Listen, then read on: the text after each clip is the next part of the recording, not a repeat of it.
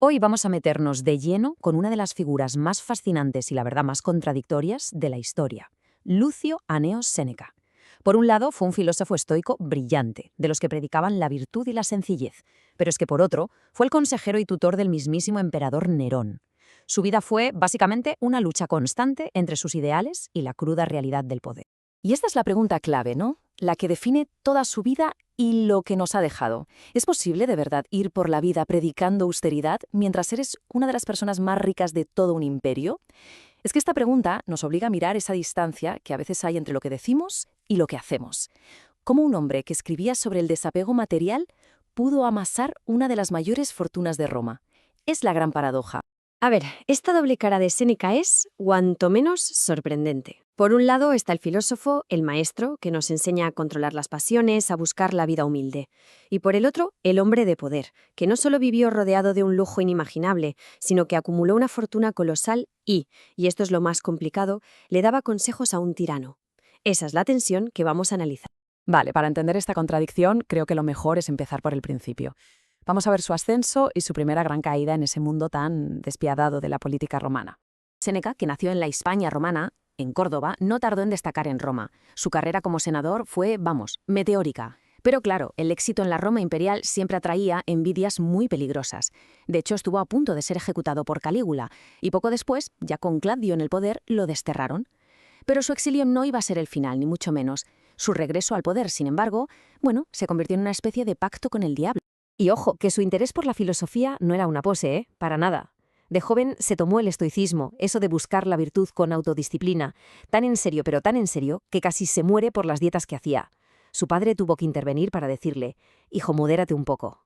Esto demuestra que su compromiso con estos ideales venía de lejos, era algo profundo. Pero su caída fue de las que hacen ruido, una acusación de adulterio con la hermana del emperador, y de repente, 8 años de exilio en la remota isla de Córcega.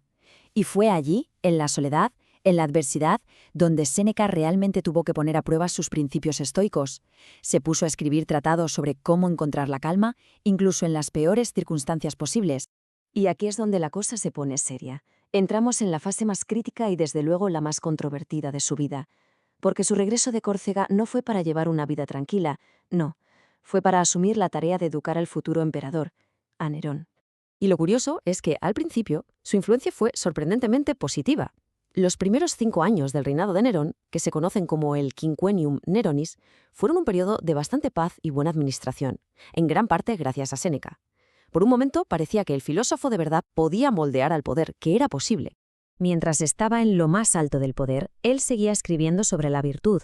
Esta cita, por ejemplo, resume perfectamente su ideal estoico, encontrar la paz en el presente, sin agobiarse por el futuro, un ideal de sencillez, de serenidad, mientras gobernaba un imperio.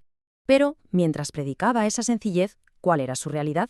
Pues que su fortuna personal era de 300 millones de sestercios, una suma, una auténtica barbaridad que lo convertía en una de las personas más ricas de todo el imperio.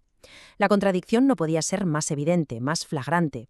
Claro, el poder acabó corrompiendo a Nerón de una forma total y definitiva. La situación se volvió insostenible. Asesinó a su hermanastro británico y después a su propia madre, Agripina.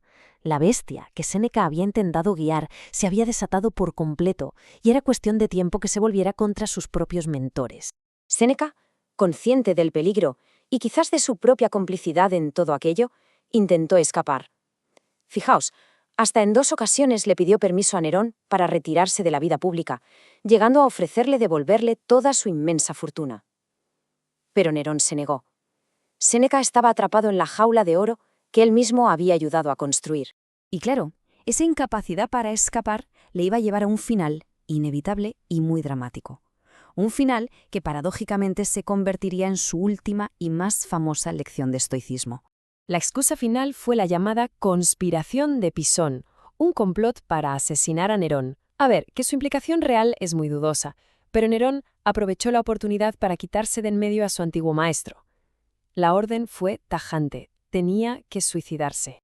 Y según nos cuenta el historiador Tácito, su muerte fue una auténtica performance, una representación teatral de la calma estoica.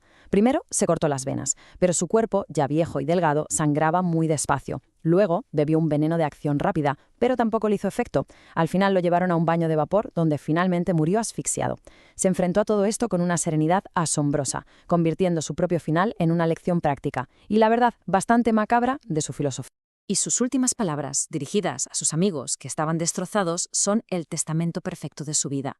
En lugar de lamentarse, les dijo: ¿dónde están vuestros principios filosóficos? ¿Dónde esa razón que practicasteis durante tantos años contra los males venideros? Fue su último acto de enseñanza, demostrando que la filosofía no es para los buenos tiempos, sino precisamente para los peores. Entonces, ¿con qué nos quedamos? ¿Cómo debemos recordar a Séneca?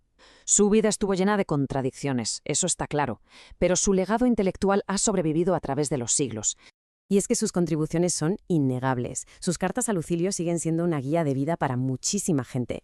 Su forma de ver el estoicismo nos da herramientas prácticas para la resiliencia mental.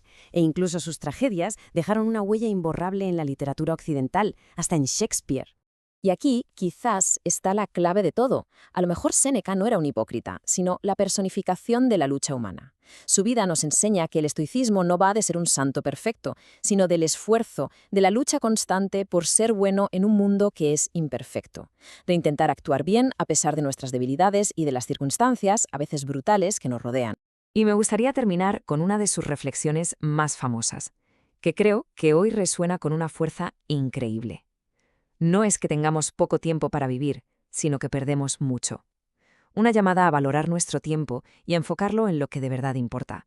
Una lección que él, desde luego, aprendió a través de una vida de extremos.